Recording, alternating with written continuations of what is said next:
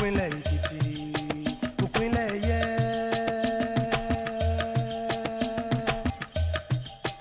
Ìpínlẹ̀ Ekiti, ulẹ̀ uyì ní. Ìpínlẹ̀ Ekiti, ìmọ̀ tí gòkè àgbà o. Ayé ayé a ò láyé ọmọ fáyé. So that ball rolling. My name is Kyle Divine. Ìpínlẹ̀ Ekiti, ìpínlẹ̀ ẹ̀yẹ. Hello and welcome to this week's episode of Ekiti on the Move. I am Tunji Saliu. This week, we are continuing with the present administration's interventions in the education sector with focus this time around on tertiary education. We will also let you know how the state made preparation for the resumption of students in secondary schools to take their senior school certificate examination, which has since commenced. But before then, our quick takes.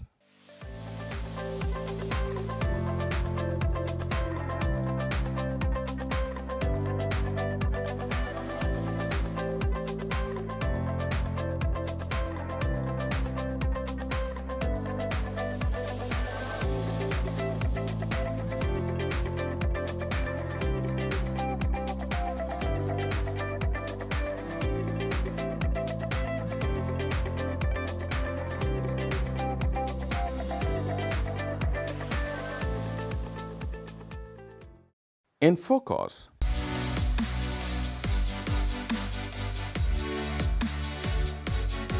redirecting tertiary institutions towards functional education.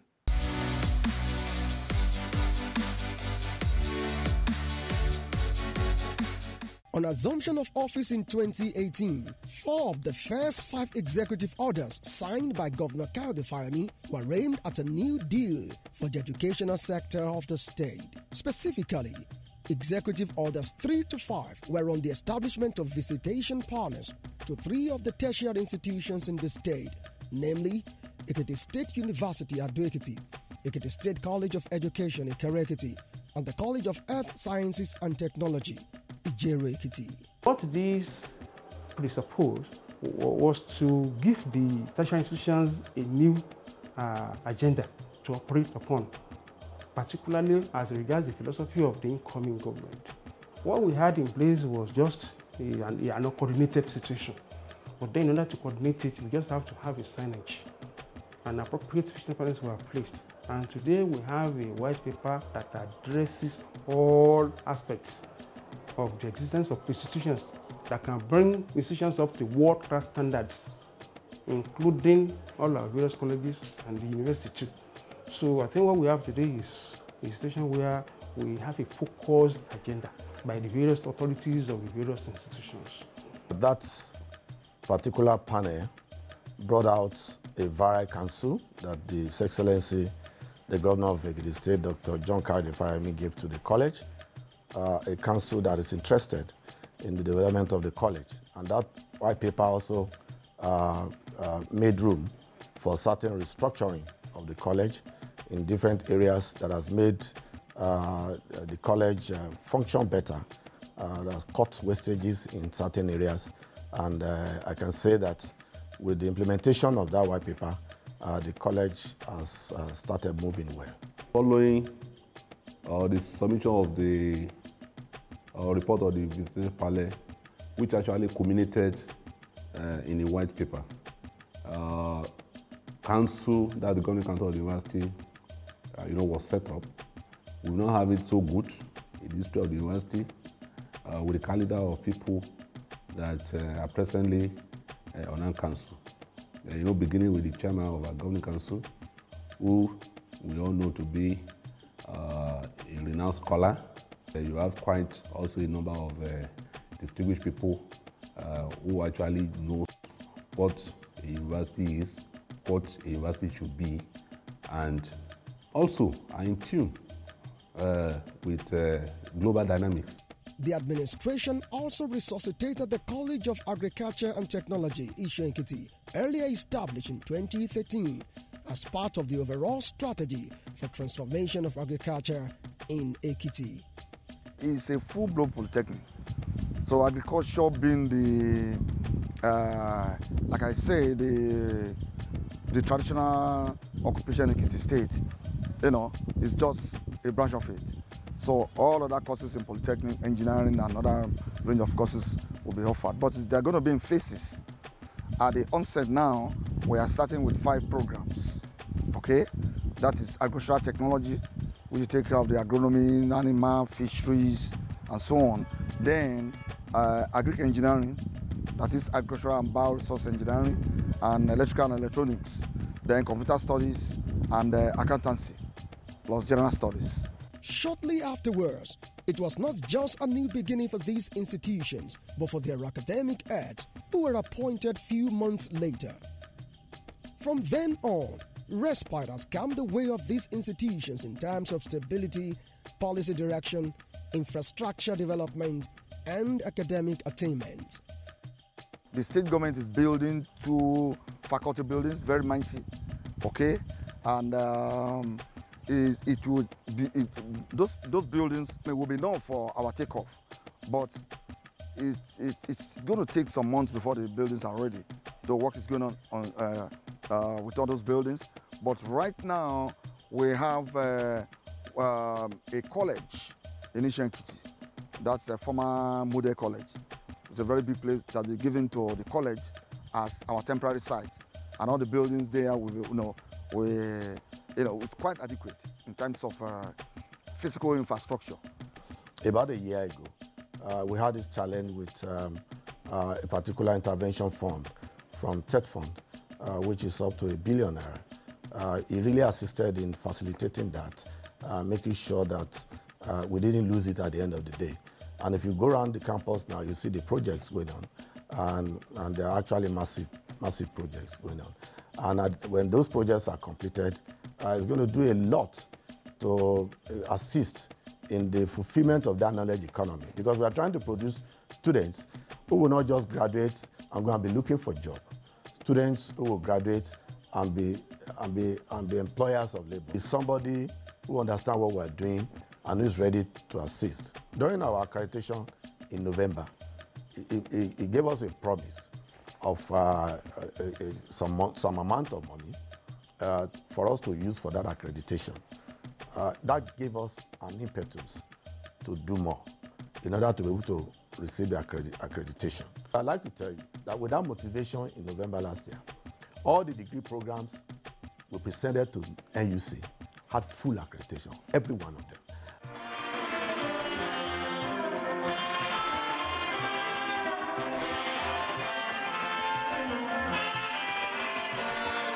I made these promises solemnly, freely, and upon my honor. Welcome to the medical profession.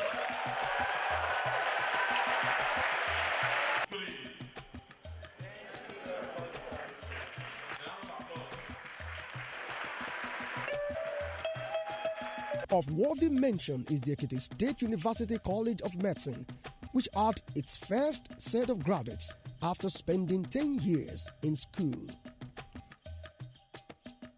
Today is not just about the induction of our new medical doctors. Today speaks powerfully to the triumph of hope over despondency, determination and perseverance over resignation and abandonment. And we thank God that we're here to witness today's ceremony, the coming of age of our College of Medicine, Ekiti State University.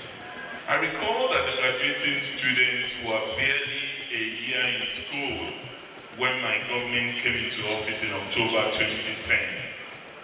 And by the time we left in 2014, the basic medical program was accredited, the physiology and biochemistry laboratory buildings were completed, the medical hostel was built, and majority of the departments at the Ekiti State University Teaching Hospital had received accreditation.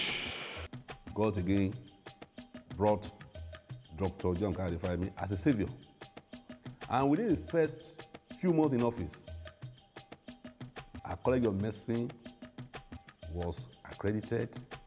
Our students, who have been stagnated for more than 10 years because we couldn't proceed, were graduated. And not only that they were graduated, they were inducted. And without his intervention, that couldn't have been possible. Meanwhile, of primary importance to Governor Kayode Fayemi is the place of functional education in driving his vision of knowledge economy and producing the next generation of Ekiti youths who would not have passed through educational institutions for certificates only, but well-rounded education that marries theory with practice and in developing useful skill sets to become entrepreneurs and productive members of the society. Accordingly, the tertiary institutions have keyed into this vision and policy directive and putting up structures to actualize the change.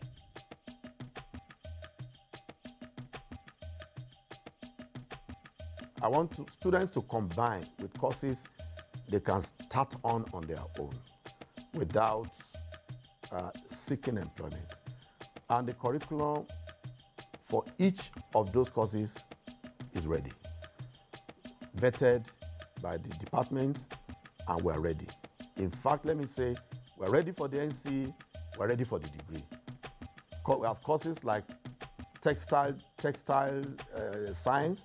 We have courses like, in fact, events management.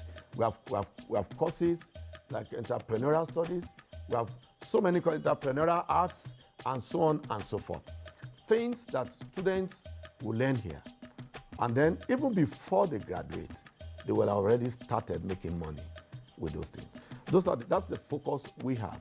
In fact, when we discuss with His Excellency, the Governor of Ekiti State, that's his focus. And we discover that, oh, fine, we have a visitor who is interested in what we're trying to do. And he has his full support. A very functional and viral entrepreneurship study center. And you can take a look at the facility. And there are quite a number of state-of-the-art facilities that we use to train our students. It is compulsory that before any student graduates from the university, he must at least be versed in one vocation. Let me put it so to say. And quite a number of them who are actually versed in several vocations. So the university is not unaware of the dynamics, in the system, of the need to more or less to de-emphasize, the idea of looking for a white-collar job. The university is now focusing more on producing graduates that will be employers of labor, not employees. The College of Agriculture and Technology is, is addition to opportunity for our youth to come for training, and our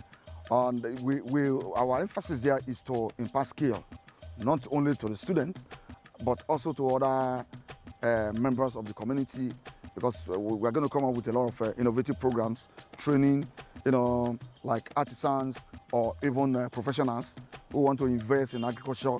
In particular, we have partnership with ACO. That's ACO Zambia. It's an international organization. They are based in Africa. Their headquarters is in Zambia. All right. We are going to partner with them in establishing what they call fisher farms. Okay, and that's a commercial farming. And our students will key into that. Next is the teacher/student welfare, which the current administration has given a pride of place at all levels. This has not only boosted the morale of staff, but helped students to surmount some of the challenges of acquiring quality education in a very challenging environment. We have a scholarship procedure in place, and we've done that a few months ago. We also have the bursary arrangement in place, and that also commenced, and I'm sure we must be nearing completion now. Government has put all this in place for the welfare of students. This is apart from the general infrastructure in the universities for the purpose of students' welfare, and then the commencement of housing projects by some authorities of the institutions. Our university is not yet fully residential. In January this year, our visitor, Dr. John Kayode, facilitated the signing of MOUs between the university and two genuine and credible investors who will move the site any moment from now. One of the investors will be providing staff quarters for the university. So, in no distant future, by the grace of God, our staff will be signing on campus. By the grace of God, we'll also be moving to the site any moment from now to construct those facilities that will accommodate at least 6,000 students. So, within the next few months, by the grace of God, we have a substantial number of our students who will be residing here on campus, as well as principal officers and other staff. Our subvention has been paid as and when due, and that has helped us a lot, especially during this COVID-19 pandemic, when no single student is paying any school fees. Let me assume the subvention does not come. It's as good as the college will have closed down. And with that, we're able to do the little we can do. It's not up to what we're supposed to do for members of staff, but at least we're able to do a little that could sustain them to a level. The next few years will see to the crystallization of some of the interventions being put into the improvement of tertiary education in Ekiti State. Staff quarters within the next 2 years, by the grace of God, like I said, must be in place. The student hostel within the next 5 years must be in place. Some of these new programs that I want to introduce must be in place. Online mode of teaching and learning must have been fully granted. In the next 5 years, I see this particular place as a model all over this nation for entrepreneurial studies, a model for vocational studies, a model for technical studies, a model for where parents will send their wards when they don't want the wards to give them the problem of seeking employment after school. I also see this place in the next 5 years as a fully entrepreneurial focused college of education. And when you look at the foundation of this college of education in 1977, that was exactly the reason it was established.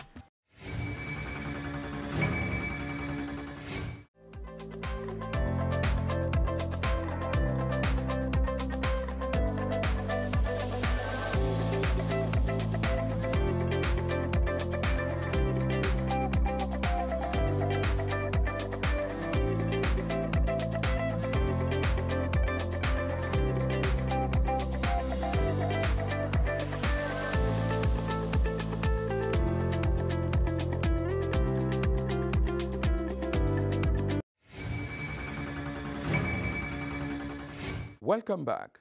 So much to look out for in the coming years. Now to our story on school resumption. Students in the senior school certificate class, otherwise called SS3, eventually returned to school on Monday, August 10, after about 5 months stay at home occasioned by the COVID-19 pandemic. This was to allow them to participate in the regional West African School Certificate Examination, which commenced on August 17. The resumption itself was not without anxiety over safety of the returning students in the light of the ravaging viral disease across countries and continents.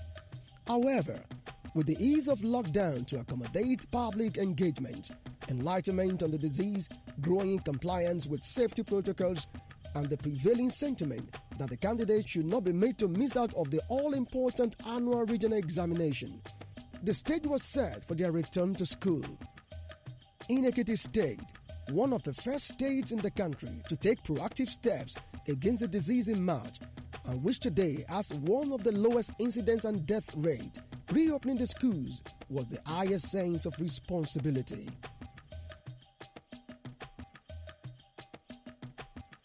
Governor Kayode immediately after announcing the reopening of schools for the students, took a statewide tour of some of the schools to see the level of preparedness himself.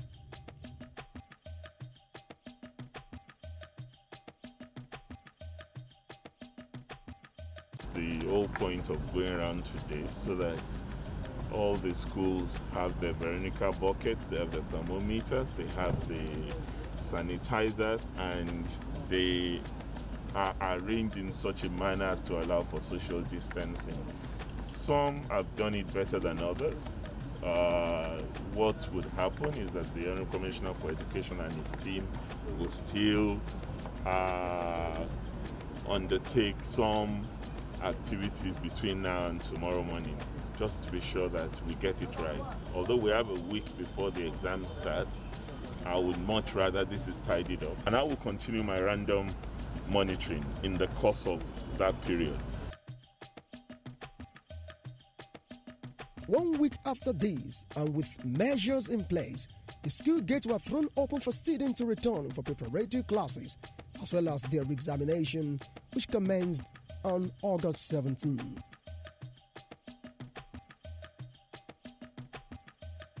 We've been at home for the past, let's say, 4 months now.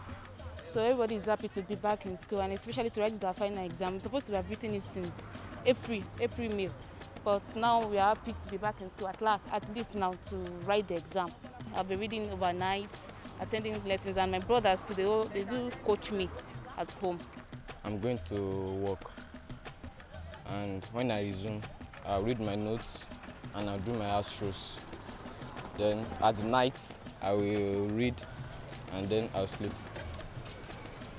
And when I wake up in the morning, I read before going to work. It has not been easy for me, not only me, for all the students, especially the SS3 students, because what they ought to have done days back, they are yet to do it, as in this pandemic of 18. So, and we are all happy and grateful to God Almighty, even to the government, for calling us back to school so that we can write our examination. Teachers who have been trying and be putting on all the possible efforts in order to bring us back to what we have learned and some that we have forgotten. And for we also, many things that we have been taught, we have forgotten. But through the help of our teachers that are just like giving us revision, we are able to recollect. Based on the COVID-19 and particularly the social distancing of a thing, it's being the first time is somehow scary. Most of us are excited that some are scared that how do we sit down? Like we are sitting down instead of the normal double chair we do use, is now reduced to just single chair and space in between. So though it's not supposed to affect, because we are expected to rely on what we know and not what our fellow colleagues know. Our school has made water system for us for daily washing events, and we wash our hands at least 5 times daily to ensure that our hands are bacteria free. Then the state government, they come to school for routine checks to ensure that the students are maintaining social distances, and the school itself organizes daily checks.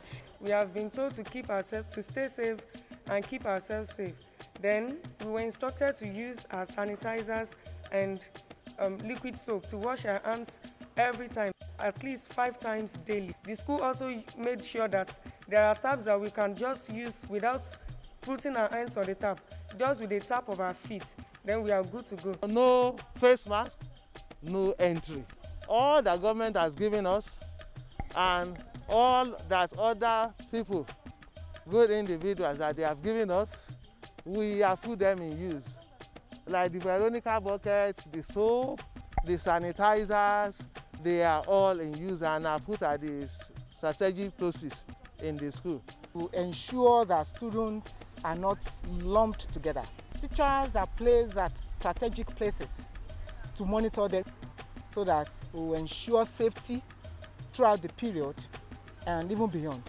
And the teachers too, you can see the teachers with their face masks, see the keeping distances, even with their sitting arrangement, everything is in compliance with the COVID-19 protocols.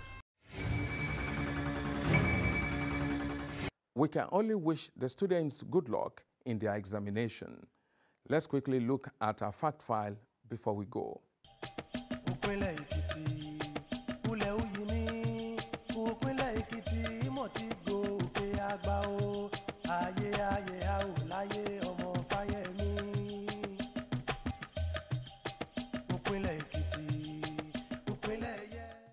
Okay, that will be all for this week.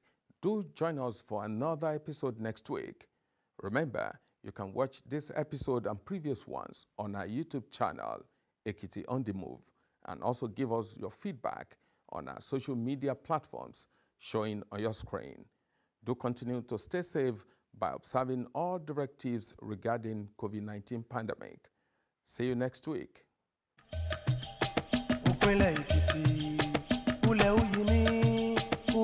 Ekiti mo ti gòkè àgbà o, ayé ayé